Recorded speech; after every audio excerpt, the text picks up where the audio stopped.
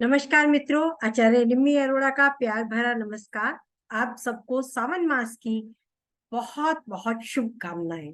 हर हर महादेव। मित्रों, हमने पीछे गंडांत राशि, गंडांत लग्न की बात की थी। गंडांत नक्षत्र, गंडांत डिग्रियां, आज हम तिथि वगैरह के बारे में बात करेंगे। उनका असर हमारे जीवन पर कैसे होता है, तो आज नक्षत्र और तिथि के बारे में जानेंगे। तिथि, नक्षत्र से पहले जब हमारा जन्म होता है, वो तिथि बहुत महत्वपूर्ण होती है, जो हमारी जन्म की तिथि होती है। हम जो तिथि नोट करते हैं, जिसे कि डेट ऑफ बर्थ बोलते हैं, वह हम इंग्लिश कैलेंडर के अनुसार नोट करते हैं। रात के 12 बजे के बाद का समय हो तो हम एएम लेते हैं, और सुबह उसके बाद का जो समय होता है या उससे पहले का रात के 12 बजे से, उसे हम पीएम यानी शाम का समय मानते हैं। तिथि प्रवेश जो हमारा होता है, वह कुछ क्षण का केवल होता है, यानी कितने बजकर कितने मिनट पर हमने जन्म लिया, वो पंचांग की तिथि अनुसार जो तिथि चल रही थी वह समाप्त होने वाली थी, या वह तिथि केवल प्रवेश पर थी। हमारी तिथि प्रवेश जो होती है, वह सुबह 5:30 बजे की मानी जाती है। ये मैं बहुत पहले आपको पंचांग की जानकारी दे चुकी हूं कि हर तिथि जो सुबह सूर्योदय देख ले, वही तिथि हमारी तिथि प्रवेश है। यानी एकादशी, द्वादशी, त्रयोदशी, द्वितीया, तृतीया, प्रथमा, कोई भी तिथि हो, पूर्णिमा हो, अमावस्या हो, ये कोई भी तिथि हो, तिथि प्रवेश सुबह जो तिथि सूर्योदय 5:30 का देख लेती है, ये एक मानक समय माना गया है।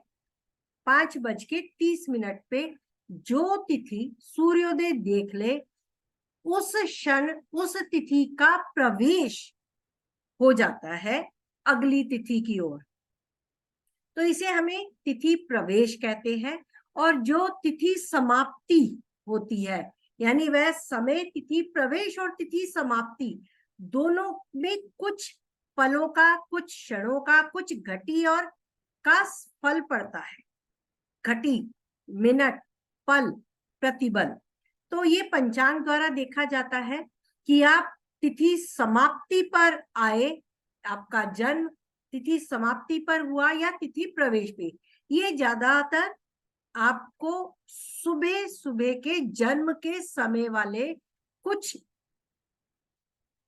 कुंडलियों पर दिखेगा, क्योंकि तिथि समाप्त होने वाली है लेकिन हुई नहीं है और जन्म हो गया, और जिस तिथि प्रवेश हुई और उस समय जन्म हो गया, ये सुबह 5:30 बजे के समय अंतराल में जो है वो तिथि का समय होता है। यानी ये जो तिथि प्रवेश है, तिथि के प्रवेश समय या तिथि समाप्त होने के कुछ क्षण पूर्व का समय या कुछ क्षण बाद का समय, यह गंडांत तिथि कहलाता है। अन्य तिथियों में भद्रा जब लगी होती है, भद्रा तिथि मुख या पूंछ के समय का तिथि का जन्म भी कुछ अशुभता लाता है। इन्हें हम टाल नहीं सकते, ये विधि के विधान के अनुसार ही इंसान जन्म लेता है। हम बहुत बार डॉक्टरों से समय लेके कौन सा शुभ समय है बताएं, हम उस समय बच्चे का जन्म कराएंगे, लेकिन आप ये मान लीजिए कि बच्चा उसी समय इस दुनिया में प्रवेश करेगा, बाहरी दुनिया में बाहर की हवा लेगा, जब उसका समय पहले से निर्धारित है उसी अनुसार होगा। क्योंकि उसका असर बच्चे के साथ साथ उसके परिवार पर पहले आता है। हर बच्चे का जन्म पहले परिवार पर अपना असर डालता है, क्योंकि पूर्व जन्म के कर्म के अनुसार बच्चा आया है, तो परिवार अपना चुन के आया है कर्मों द्वारा, उसके कर्म ने उसका परिवार चुना है और उसको वो फल पहले परिवार को देना है। अपने जन्म के बाद खुद बीमार होके परिवार उसका देखभाल करे, या घर में कोई बीमारी लाके, या घर में कोई ऐसा घटना घट जाए जिसके द्वारा उस बच्चे का जन्म के बाद का समय जो व्यतीत होता है, उसका कर्मा वो जो खुद बड़े होके बनाता है उसके अनुसार तय होता है। ये तिथियां मुहूर्त या पंचांग के अनुसार विष्टि और करण के प्रारंभिक या अंतिम घंटों के अनुसार अलग अलग है। जैसे शुक्ल पक्ष की चतुर्थी, कृष्ण पक्ष की चतुर्दशी, शुक्ल पक्ष की अष्टमी, कृष्ण पक्ष की दशमी, शुक्ल एकादशी, कृष्ण सप्तमी, शुक्ल पूर्णिमा, कृष्ण तृतीया और दग्धा तिथिया। इनमें गंडान तिथियों के आने की पूर्ण संभावना होती है। तो ये तिथियों की जानकारी। अब आते हैं गंडांत नक्षत्र। अशुभ नक्षत्रों को ही गंडमूल नक्षत्र कहा जाता है। जैसे कि हमने बहुत बार सुना होगा, ये मूलों के नक्षत्र का है। तो मूलों के जो नक्षत्र होते हैं वह अपना प्रभाव अवश्य देते हैं। तो गंडमूल नक्षत्रों की श्रेणी में अश्विनी, अश्लेषा, मघा, ज्येष्ठा, मूला और रेवती नक्षत्र आते हैं। इन नक्षत्रों के शुभ और अशुभ प्रभाव दोनों का फल जातक को अवश्य मिलता है। अश्विनी, मघा और मूला ये केतु के नक्षत्र हैं। अश्लेषा, ज्येष्ठा और रेवती ये बुध के नक्षत्र हैं।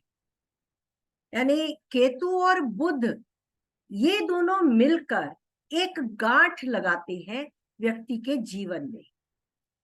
तो इसके लिए ये एक चार्ट जो मैंने लिया है, व्यूअर्स चार्ट है, आपने देखा होगा। इनका डिटेल मेरे पहले की गंडांत जो बनी है वीडियो उसी में से लिया गया है। 14/5/1977 राजस्थान का जन्म है। इस कुंडली में देखें तो सूर्य गंडांत डिग्री में है 0002, यानी केवल 2 मिनट हुए हैं सूर्य को इस राशि में आए हुए जो व्यक्ति का जन्म हुआ। चंद्रमा गंडांत राशि में भी है और गंडांत नक्षत्र में भी है। यानी मीन राशि है, 21 डिग्री का है और रेवती नक्षत्र है। मीन और मेष मिलकर एक गंड मूल के नक्षत्रों में आ जाती है। रेवती नक्षत्र क्योंकि आगे जाके बुध मेष में बैठा है, जो चंद्रमा का नक्षत्र स्वामी है, वह केतु के साथ मेष राशि में है। मेष राशि हम पहले बात कर चुके हैं, मीन और मेष गंडांत राशियां हैं। यहाँ पे अगर आप बुध देखें, वह भी अश्विनी नक्षत्र में है, भरणी या कृत्तिका में नहीं है। यानी बुध भी गंडांत नक्षत्र में है, केतु गंडांत नक्षत्र में है, मंगल रेवती गंडांत नक्षत्र में है, शुक्र रेवती गंडांत नक्षत्र में है। यानी यहाँ पर मंगल, शुक्र, बुध, चंद्रमा और केतु ये गंडांत नक्षत्र में है। सूर्य गंडांत डिग्री में है और यहाँ पर शनि आप देखें आश्लेषा नक्षत्र, यानी शनि भी गंडांत नक्षत्र में है। शनि भी गंडांत जो कि आश्लेषा नक्षत्र बुध का ही नक्षत्र है। आगे जाके मघा से वो गंडांत नक्षत्र बनाता है। तो यहाँ पे आपको 3 ग्रह पंचम भाव में, 2 ग्रह छठे भाव में और 1 नवम भाव में, ये गंडांत नक्षत्रों में, और सूर्य गंडांत डिग्री पर है। जो अभी आया है वो कहां से आया है? मेष से निकल के, मेष से टॉरस में जस्ट प्रवेश किया है, यानी वो मेष से अंदर आकर केवल इस लाइन, बॉर्डर लाइन पर है टॉरस की, पूरा अंदर नहीं आया है। इसका असर अश्विनी नक्षत्र के देवता अश्विनी कुमार है, जो वैद्य कहे गए हैं। रोगों के लिए, औषधि सेवन के लिए वैद्य के रूप में इन्होंने औषधियों का निर्माण किया था। और केतु को आपको डॉक्टर से जोड़ता है, यानी रोग से जोड़ता है। और बुध बुद्धि का कारक है, स्किन रोग दे सकता है, नर्व्स रिलेटेड रोग दे सकता है, जो जन्म के समय में ही हुआ होगा या आगे भी चलता रहेगा, क्योंकि जन्म बुध की ही राशि में हुआ है और बुध केतु के साथ बैठा है अश्विनी नक्षत्र में, और उसका स्वामी केतु साथ में बैठा है। मेष का स्वामी मंगल बुध से 12वें में। एक बात और मैं कहूंगी, यह संतान शायद इस दुनिया में आना नहीं चाहती थी। परिवार इसे किसी कारणवश इस दुनिया में ला नहीं पा रहा था, या उनका फैसला नहीं था कि वे इसे अभी इस दुनिया में लाए। ये गंडांत नक्षत्र है, उनका प्रभाव है। तो यह संतान इस दुनिया में आने में सक्षम नहीं थी, किंतु गुरु की दृष्टि लगन पर, और लग्नेश पंचम भाव में पिछले जन्म के कर्म के भाव में, और उसका नक्षत्र स्वामी उसके घर बैठा है, मंगल के घर बैठा है। तो यह संतान दुनिया में आई, ना चाहते हुए आई। आई मस्ट से कि यह संतान पहले लाने का विचार नहीं रहा होगा, परिस्थितियां ऐसी होंगी कि यह संतान दुनिया में आने में सक्षम नहीं थी। इस बात का पता मुझे व्यूअर्स चार्ट से इसका चाहिए आंसर, जो मैं बता रही हूं, क्योंकि यहाँ इसे शनि भी देख रहा है, पूर्व आपके कर्मों का स्वामी देख रहा है, चंद्रमा की राशि में बैठकर देख रहा है, और वो भी बुध के ही नक्षत्र में है, जेश अश्विनी आश्लेषा नक्षत्र में है, तो वो भी बुध को देख रहा है। यानी शनि के कर्मा ने, गुरु की लगन पर दृष्टि ने, और लग्नेश के पंचम भाव पर चंद्रमा के साथ बैठकर माता के मन को, पिता के प्रयासों से यह संतान दुनिया में आई, और इसका प्रभाव भी बुद्धि के रूप में इस संतान पर अवश्य रहा होगा, जो पैदा होने से पूर्व ही ये तय हो गया। तो बच्चे को माँ के पेट में ही आभास होगा कि मैं अनवांटेड चाइल्ड हूं, या मैं आ रहा हूं किंतु कोई चाहता नहीं है। मैं आई एम सॉरी टू से, लेकिन ये चार्ट मुझे यही बता रहा। तो एक और आज व्यूवर्स चार्ट लेते हैं गंडांत ग्रह और नक्षत्र का। मुझे एक और चार्ट मिला है। चंद्रमा गंडांत राशि में है।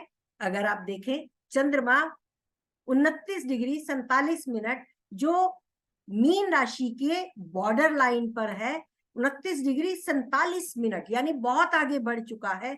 वो मीन में आना ही चाहता है, गंडांत डिग्री पर, और उसके बाद वो पूर्वा भाद्रपद नक्षत्र में, जो कि पूर्वा भाद्रपद भी कुंभ और मीन दोनों में जाता है।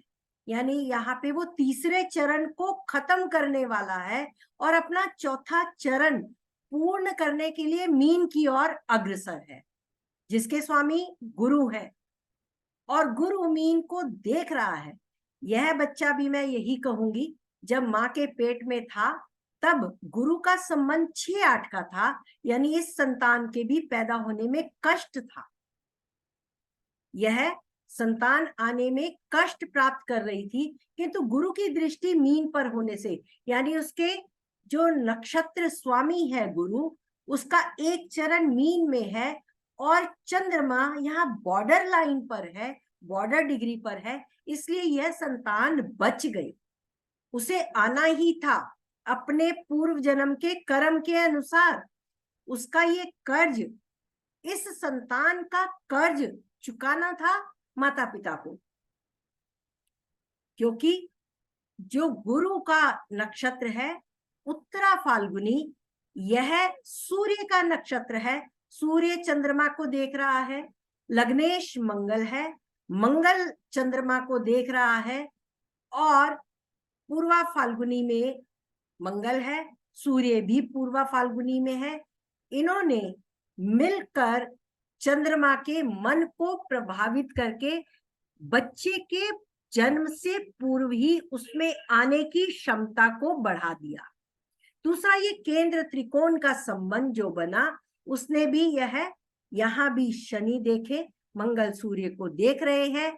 शनि कर्मा का प्रधान है, पंचम भाव को देख रहा है, शुक्र के साथ है, जो पूर्वा फाल्गुनी शुक्र का ही नक्षत्र है।